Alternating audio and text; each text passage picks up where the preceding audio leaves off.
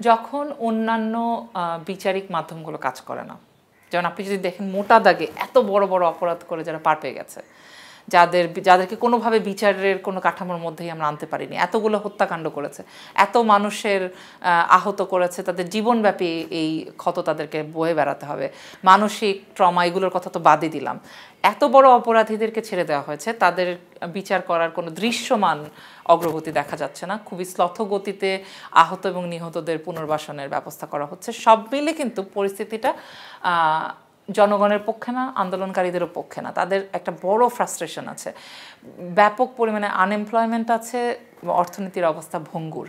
এরকম একটা সময়ে যখন আপনি দেখবেন যে মানুষের অ্যাগ্রেশনটা নানা মাত্রায় প্রকাশিত হয়, এবং এই অ্যাগ্রেশন সাধারণত সবচাইতে দুর্বলতম ব্যক্তির উপরে প্রকাশিত হয়। যেহেতু আমাদের সমাজটি অসম্ভব পিতৃতান্ত্রিক, প্যাট্রিয়ার্কাল সমাজ, এখানে নারী সবচাইতে দুর্বল, এবং তাকে তো সবচেয়ে দুর্বল হিসেবে দেখা হয়, সুতরাং তার উপরে বেশি চড়াও হওয়া যায়। আরেকটা বিষয়, এটাও আইন শৃঙ্খলা পরিস্থিতির সাথে সম্পর্কিত, এবং এখানেও সরকারকেই জবাবদিহি করতে হবে।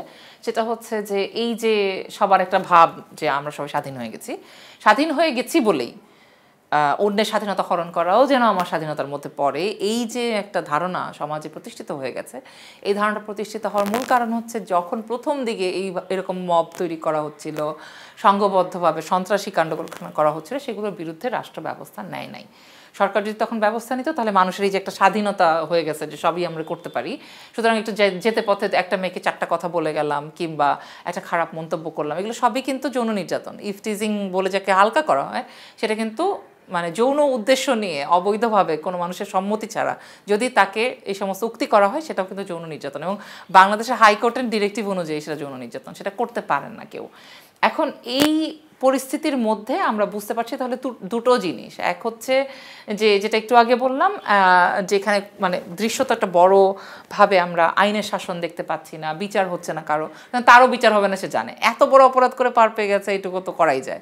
আরেকটা হচ্ছে যে স্বাধীনতার সংজ্ঞা না জানা, ব্যক্তি স্বাধীনতা বা বাক স্বাধীনতার যে একটা লিমিটেশন আছে, একটা সীমাবদ্ধতা আছে, সেই সীমাবদ্ধতা বা লিমিটেশনটা হচ্ছে আমি ততক্ষণ পর্যন্ত স্বাধীনতাটা এক্সারসাইজ করতে পারবো যতক্ষণ পর্যন্ত আমার স্বাধীনতা আপনার স্বাধীনতাকে খর্ব না করে বা লঙ্ঘন না করে।